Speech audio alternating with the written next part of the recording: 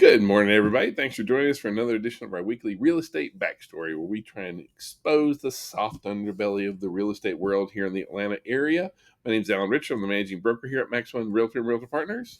My name is Ming Richardson. I'm the compliance broker for Maximum One Realty and Realtor Partners. And we want to kind of jump right in and start talking, like the vast majority of folks who actually keep up with us here are folks in the real estate space. And so Well, we got some that are not. we don't, but that being But said, they the would like vast to know the majority are information. right, and so we don't care who watches. We're not doing it. There's nothing secret. We're all about transparency and showing what's really Education going and on. promotion our community. And so right now there's so much talk about negotiation and commissions and compensation and the whole nine yards. And we are like there are no set fees in real estate. There's no standard commission rates. There's no percentages. There are no this many bananas and this many like there's nothing that Correct. that happens out there like that. And for years it's kind of been construed that there was, and people have accused us of that and that kind of thing. Price fixing, I guess. Yeah. And what we want to make sure that you understand is, because so many people are talking about it, I have no problem when someone says, will you negotiate with me on this? Or, is that the rate that I have to pay, or is that a standard amount?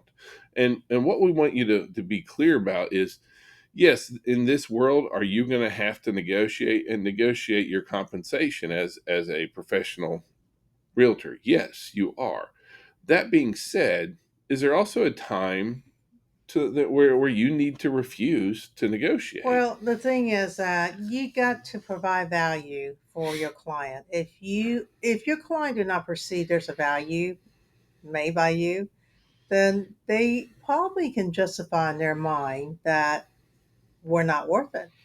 And the thing is that, once again, it's about education, information, and also provide your value. And a good negotiator knows that the client has to feel like they're receiving something, that you're getting them the maximum amount of money in shortest of time, or sometime depending on what their desires and needs are, based on those needs. So Well, like, the whole idea here is that you have to provide value. You have to provide value right up front. mhm. And if you are providing value, then a lot of times you don't necessarily leave room for negotiation. And that's kind of our basic stance.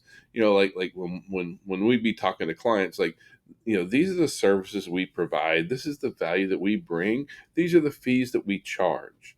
And if you say, well, will you do it for less? Well, these are the fees that we charge. Like Well, we may it, not be the right choice for you. Can you probably find someone to do it cheaper?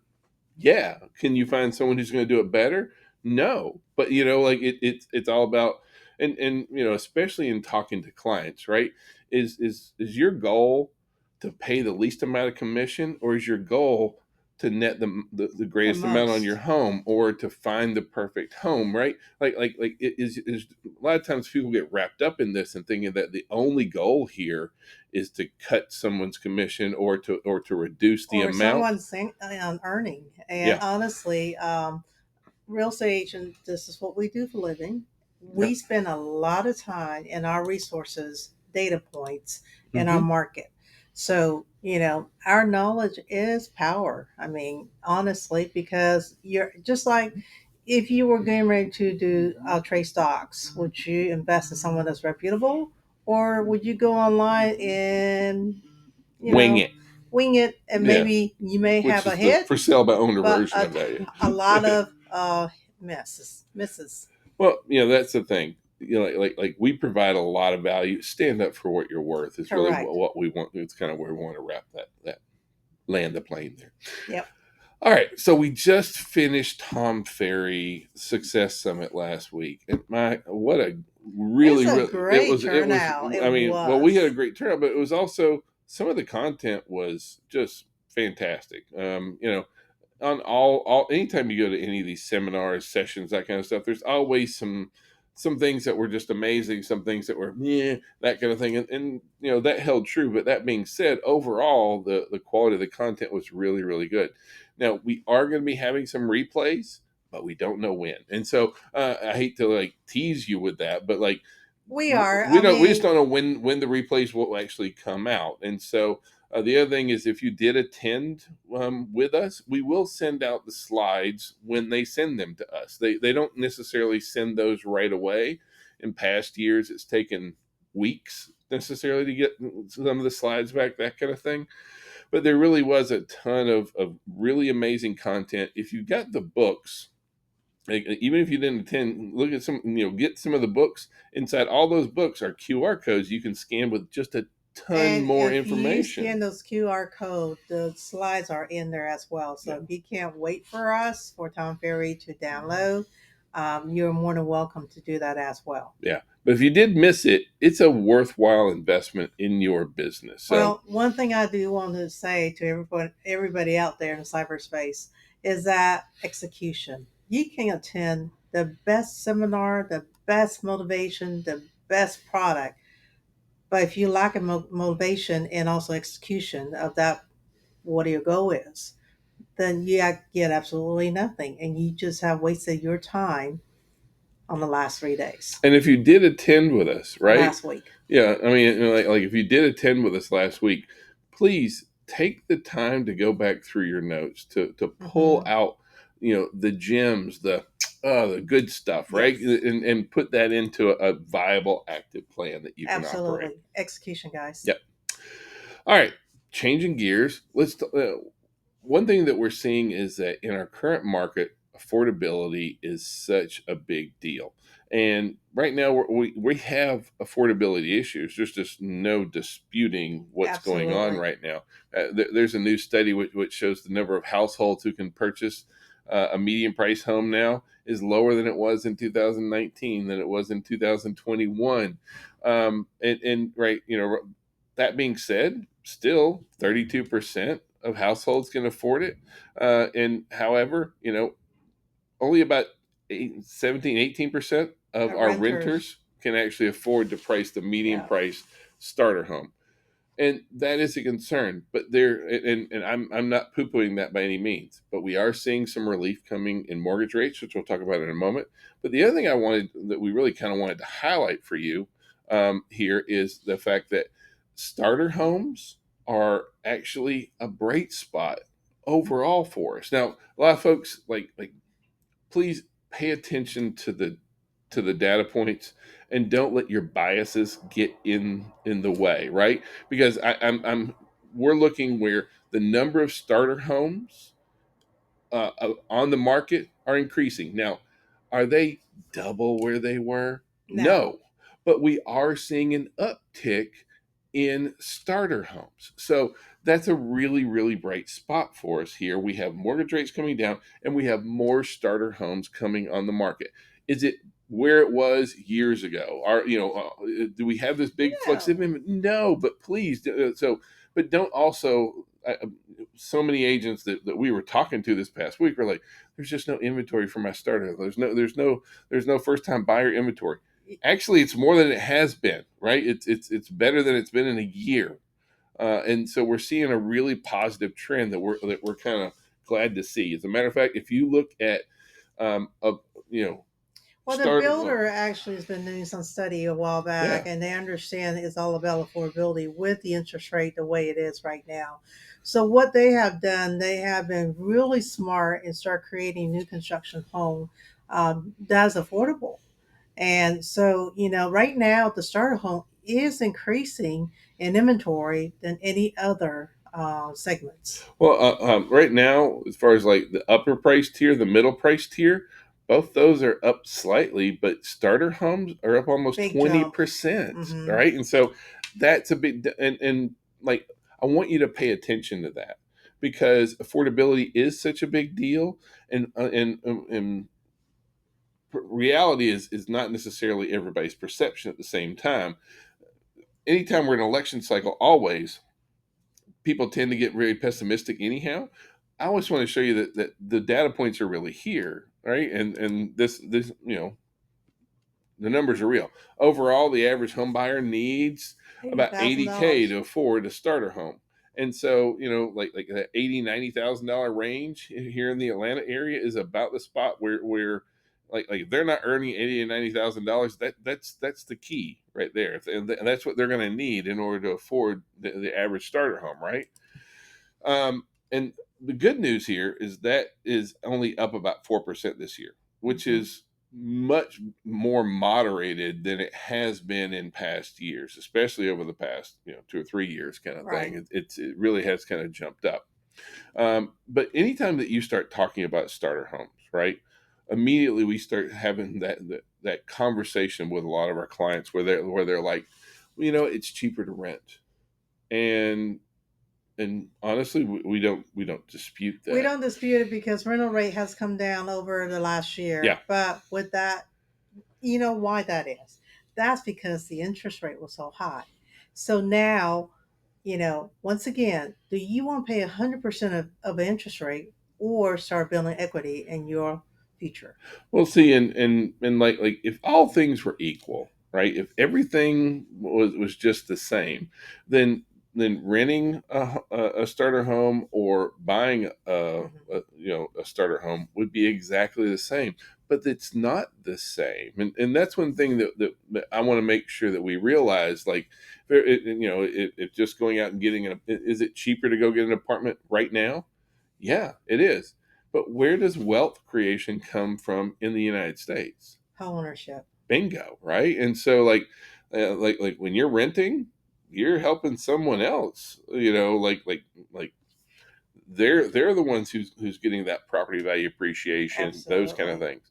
The other thing here is that overall, 94% of Americans say yes when you say, do you think home ownership is part of the American dream? 94% say yes, it is. So, like home ownership, and don't get me wrong, there's a lot of Americans who feel pessimistic. Yeah, it is, but listen, it used to be it's harder to buy. I don't dispute any of that, but is home ownership vitally important to the vast majority of Americans? It absolutely is, right? So, I mean, there is going to be uh, these folks who would always rather rent, right? There's some Absolutely. folks who maybe they're not going to live in an area for a certain amount of time. Maybe there are some folks who are looking at the affordability issue. They don't want to mess with taxes. We find that a lot of long term renters grew up in a rental household. Like they may not necessarily, I'm not gonna say no better. It doesn't sound right, but like if you've rented your Well, entire life, then that's just kind of what you think, right? Well, it's like anything else. If you've never been taught any better to move forward, then you probably think this is the norm and Yeah, this is the way of life. So what we're trying to do is teach you guys there's better way of life. There's better way building your legacy. And we want to help you do that. right. And that's one thing. Is it cheaper? Yeah, but like this is a big piece of the American dream, and Absolutely. and and our folks really do want to own a home, right? And so like when we ask that same group and said, why would you rather own a home? Flexibility, Hmm. stability, pride of ownership. Homes increase value. I'm gonna make money over time. It helps me build wealth. It's gonna help me get my credit scores up. Like the positives are drastic with home ownership. We in the real estate profession, we have to be proponents of home ownership, and we have to understand that this is how communities are stable. You Yep. can drive through a neighborhood that's all full of renters. What's that neighborhood look like? What's happening to the values there? Like a lot of times it's not there's not real pride of ownership, that kind of stuff. And then you go into other neighborhoods and you can see everybody's out there, they're spitting and polishing those homes, and Well, the curb appeal is yeah, much better. So, understand that once again, whatever money you put in that home that is yours, maintain with that home. yeah, And whatever money you put in rental property is someone else's. yeah. So the let's change gears again here. Federal Reserve Chairman, Jerome Powell, yep, he said, the you know time what, has come. it's time for us to adjust policy. And honestly, we're like, yeah, we're so glad that you We've caught up been with. waiting on Oh it yeah. We think this should have been done, obviously. And months ago. yeah. We're now what's happened is they haven't actually dropped the rates yet. However, the market is starting To to react to price it. into it. So like, mortgage rates came in at 6.35. That's for a standard. That's just the average. We're seeing rates come in under six on some Mm-hmm. on some offers right now, or contracts that we have currently coming in. So the rates are coming down. This is really really good news, as far as all that goes. But what's happening, and what we're finding that's kind of interesting right now, is even though the rates are the lowest that it's been in 15 months, we're going on almost 2 years here, kind of thing, or Correct. well over a year. Um, Overall, we're not seeing a lot of activity pick up yet. Part of that is this time of year, and so we just want to be clear about that. Of normally we come out of summer, things taper off a little bit. People are getting back into school. This is a normal shift, and then on top of it, we have an election year. And And we typically, a don't lot mean of this people, political at no, it's all. not. But typically, when people are uncertain of any political climate that we're in, they're a little hesitant in making major purchases. Yeah. I mean, like normally September, October, November, each one kind of tapers down about 9% a year. In an election year, October, November, Uh-huh. those are down Yeah.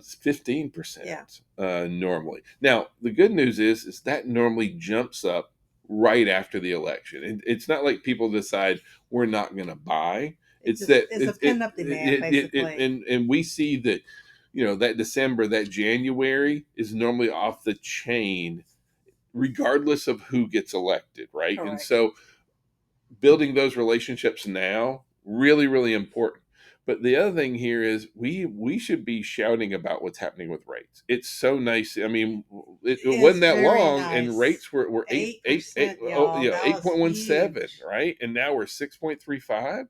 So we're almost 2 points lower than where we were, what, 2.5 3 months ago. So this is a big move right now that we're really really glad to see. Excuse me. Now, one other thing that we have is that, because of what's going on, home buyer down payment.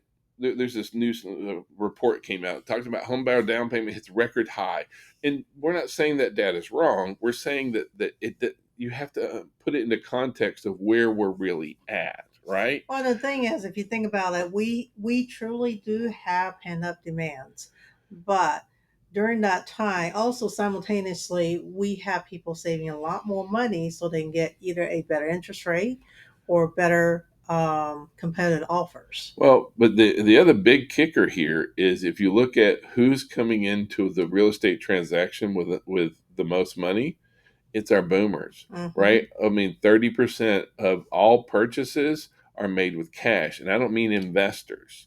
I mean, These like are so many of our boomers move up or move down.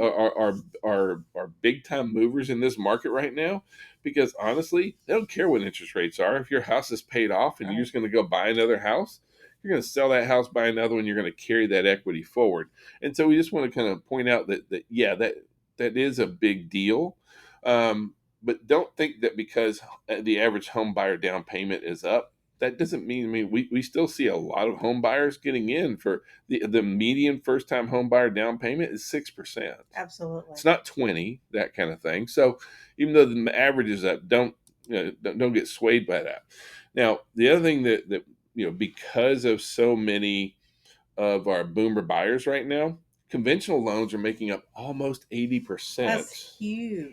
But what's crazy is FHA is actually ticking down. FHA should be ticking up, right? The rates on Well, FHA I is about think a half a is point client less. is scared of what's going on right now, and because of rate. Because if you think about FHA buyers are buyers that needs down payment assistance 9 out of 10 or Well, don't have you only enough need three and a half cash, percent down. Yeah. right? But they don't have enough cash to put down, so therefore, um, with a high interest rate and everything else, and sellers sometimes is not cooperating in Hmm. making the transaction happening. There's a less FHA right now. Well, but we are big proponents of FHA, and Absolutely. with the rising inventory that we've seen, we our sellers are like, hey, it's all cash at closing, right? I mean, Yep. they're in, summer of 2021, everybody wanted all cash buyers, that kind of stuff. They're not there anymore, or they are. They're there, They, but they already they're, got a house. but well, and a lot of times those are not the best offers, right? Because people think when they come in with cash that they can get a lower price. It's not. That's not really what we're seeing happen. Please don't be swayed to think FHA is not a big deal in this market. It It really is. is. It has a lot of play for us. That's where most your pin up demands are. Just so you know. Yep. Now, all that being said, we're still seeing, really solid property value appreciation. And by solid, what I mean is just average. Oh, it's so wonderful to have average property value appreciation. And so you can kind of see this is kind of what's going on a national basis. And overall, Atlanta's coming in just slightly under the national average, which is a fine place for us to be. Now, one thing that we do want to share with you, though, is that this is what's happened on property value appreciation since 1987.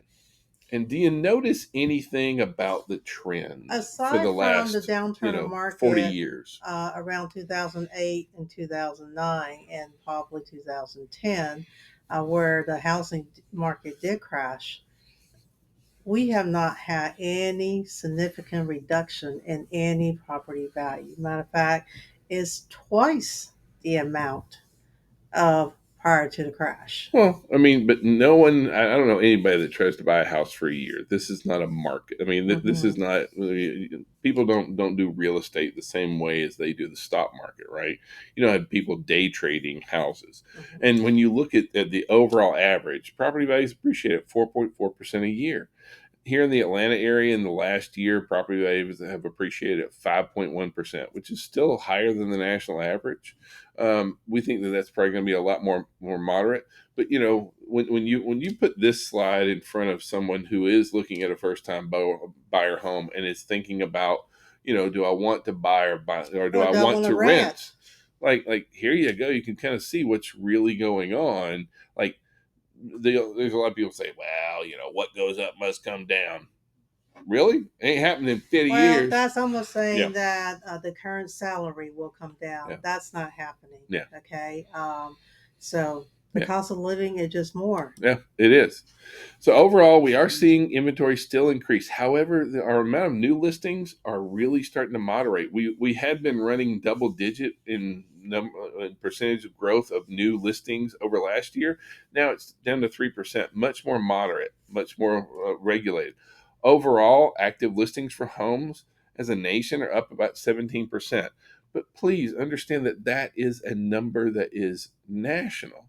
Like you got to break this down By on the location. what's going on, because there's 8 markets in the U.S. that actually have more homes for sale now than they did in 2019, and like Florida's up 8%, Texas almost 20% more homes.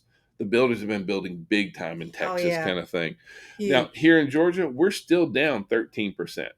So, but that being said, especially if you just kind of look overall in the South, and so John Burns, they're this big research consulting firm, and they kind of go out and they've analyzed the market to look at, you know, the buyers outnumber sellers, sellers outnumber buyers. Here in the Southeast, guess what?